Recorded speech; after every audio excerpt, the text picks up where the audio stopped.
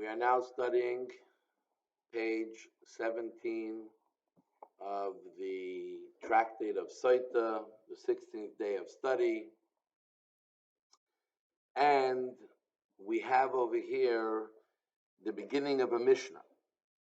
And this chapter talks a lot about the practical things that are connected to the process of what the woman has to go through when she is doing the going up to Jerusalem, and has to go to the Beis Hamikdash, to the temple, and what has to be done. So we're told like this. So the Mishnah says that when you came to write the Megillah, so they had to write the Megillah, they had to take a piece of parchment, as we'll learn soon, and they have to write the Megillah, they have to write part of the Torah portion that talks about Sotah. So where do you begin? What do you write? There's a long portion, many verses, where it tells about the whole law of Sotah. But what do you write actually that you're going to then erase into the water? So he says, the Tanna Kama says, the first opinion in the Mishnah is that you start by where it says, what do you actually make the woman take an oath? You tell like this, if a person did not sleep with you, and then you continue that, but you, because you slept with a person, you will be punished if you slept with the person, but you don't write the words that tell us the facts. That he will make her take an oath, and then it says that Hashem will make this be a curse for you, and the waters, you write that it will make it be a curse for you, but then you don't write that the woman says Amen. So you leave out two parts of the woman, that the Kohen will make her swear, and the woman says Amen. Rabbi Yossi says you write everything from the beginning. Bimle kasav ish, v'shachav ish, when didn't sleep with you until Amen v'Amen. Rabbi Yehuda says that you only write specifically that Hashem should give it to you. It should be for a curse to you, and the waters will come into you, into your stomach, and they will cause you to die. And the only thing you leave out is the woman doesn't say Amen v'Amen. So the Gemara right away asks, what's the three opinions? What is it based on? Why one says you write everything except Ramish Amen v'Amen. The first one says you leave out two parts. The other one says, the last Rabbi Yehuda says, you leave out most of it, just you write two small parts. So what's the argument? So the argument is when it says that you will write these curses. So the word is in Hebrew, ha'alois ha'ela, these curses. It doesn't say Allah, Ela. It says ha'ela, the curse, ha'ela, these, with the extra letter at the beginning as a preface. The Mayor says that alois includes curses. Ha'alois means to add the curses that come through the blessings. That it says if you didn't sleep with the person, then nothing will happen to you. But we understand if you did sleep, something will happen to you. We include that as well. Ela, these mean only these what are written here in Nasa, in the portion of Nasa, but not what's written later in Devarim when it's repeated again in Deuteronomy. Ha'ela, the word, the extra hey before them, is coming to again exclude that her saying Amen, that the Kohen will make her swear, and that she says Amen. So that's why he holds you take those two things up. Rabbi Yossi says that you take out Vamish Amen Vamein, but you keep in Vishbia Kohen, because even though you have Ha'ela, which seems like maybe to exclude something, but there's a word S. You say es ha'alasel, it means to include even what you thought you would exclude. So you keep v'ishbiya kohen, that the kohen will make her swear. Rab Meir doesn't take every s and add things to it, and therefore he holds his opinion. He was the Tanna Kama, the first opinion in the Mishnah. Rab Yehuda, who said you write the most minimum, he says that everything is to exclude, because Rab Meir said ha'alois is to include more. He says no. Ha'alois is to exclude. That all you actually put in is the curse itself, not the curse that comes being deduced from what will happen if you don't do. The blessings will happen if you don't do it.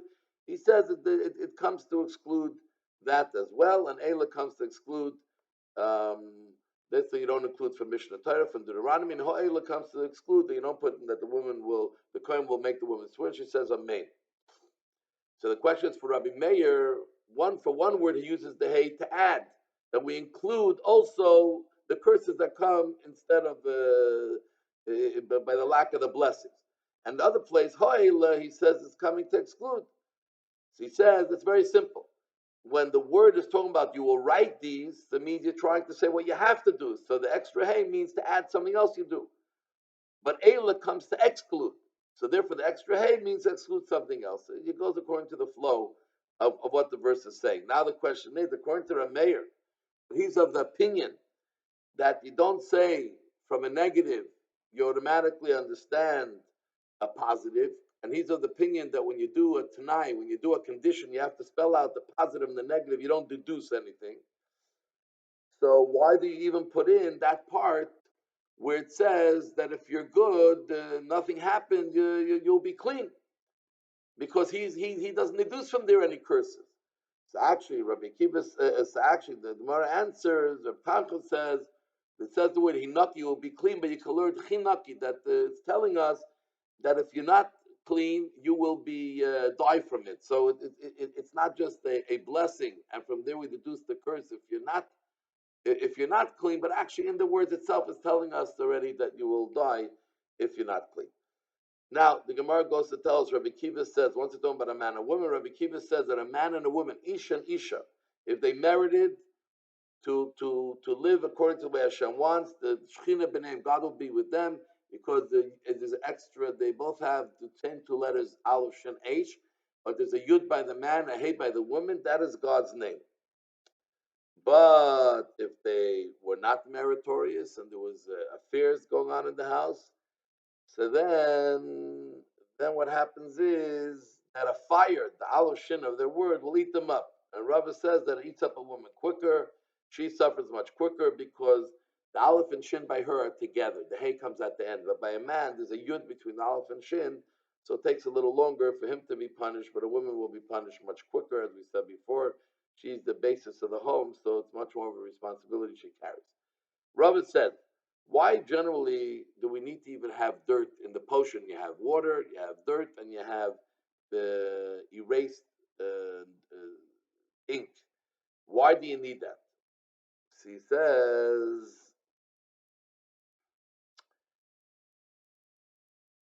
because if she drank the water and she did nothing and she merited and she goes out clean, she will have a child as meritorious and as great as Avram Avinu, because it says by Avram, Anoichi Afar Vefer, I am like dirt and dust and ashes, meaning so you'll get meritorious to be like Avram. So therefore, Afar could bring blessing. But if God forbid she actually was involved in an affair, so then she'll go back to dust, meaning she will die. Rava says, in the merit that Avram said, I am but dust and ashes, the Jewish people merited to two mitzvahs. Which mitzvahs? The mitzvah of Ephah Para, that the ashes of the red heifer to purify someone who come in contact with a dead person, and the mitzvah of the dirt that goes into the water of the Sotah's potion. So the Gemara says, but isn't there kisei adam? Isn't there also the mitzvah of taking dirt to cover the blood of a bird or a wild animal? So we answer like this: there, you're doing a mitzvah, but there's no benefit. It's just a mitzvah Hashem wants you to do. But here, there are two benefits. The benefit of the site is that you're bringing peace in the home, that they can be back together. The benefit of a para is that you can, the Jews were atoned for the golden sin of the golden calves is a benefit. Now Rava says, in the merit that Avram Avinu said, that when he left Sodom, he said, I didn't take nothing, I didn't take a string, or I didn't take not even a shoelace, nothing. So the Jewish people merited two mitzvahs. One is the mitzvah of the string of the tchelis, the blue string that goes on a tzitzis, and the mitzvah of the ritzua of tefillin, the strap of the tefillin. So we say like this: the strap of the tefillin, it says there's a benefit that the nations of the world will see you're wearing the tefillin, they'll be afraid of you. But the string of the tchelis, what is the benefit? So we say, Rameir says, what is the tchelis? Is sort of a bluish color. So he says, why is this bluish color specific that Hashem wanted us to wear? Because the bluish color of the tcheles, of the blue that's worn the tzitzis, is similar to the blue color of the water. The blue color of the water is similar to the blueness of the sky. and the sky is similar to the heavenly throne. And therefore, when you wear tzitzis, you bring upon yourself Kabbalah's El, you bring on yourself the accepting yoke of heaven, because through the tzitzis you see heaven. So now the Mishnah, new Mishnah, the Mishnah says like this: that you don't write the words that you have to erase. You don't write it on a piece of wood. You don't write it on paper. It's made out of leaves that were put together. Even in those days, they did it that way. And you don't write it on leather that's not worked out, but you only write it on cloth, on parchment that's worked out fully, like similar to you have for a Torah and mezuzahs and tefillin. But it says basefer in a book, and basefer means in a proper book. Now it says you don't write it with any type of ink or any type of something that leaves its mark that cannot be erased. You have to write it with ink that you could erase.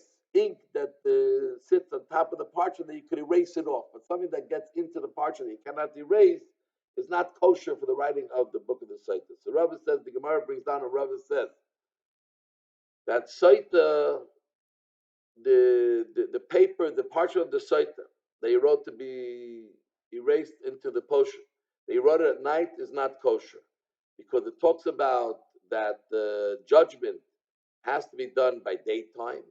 And it says, we learn a Gzeir Shavah by the same word being used by judgment, the same word being used by sight, the Torah. So there's like there, it has to be done by day, here also has to be done by day. If you wrote it backwards, you went backwards, or you wrote some of the words backwards instead of writing the proper way straight forward, it's also not good, because it says, Ha'ela, you have to write it the way it's written. Let's say you wrote this parchment up before she took the oath saying that she's ready to take, she did nothing and she's ready to take the potion. If you wrote it before, it's also not good, because it says first you have to make her take an oath and then you write it. If you wrote it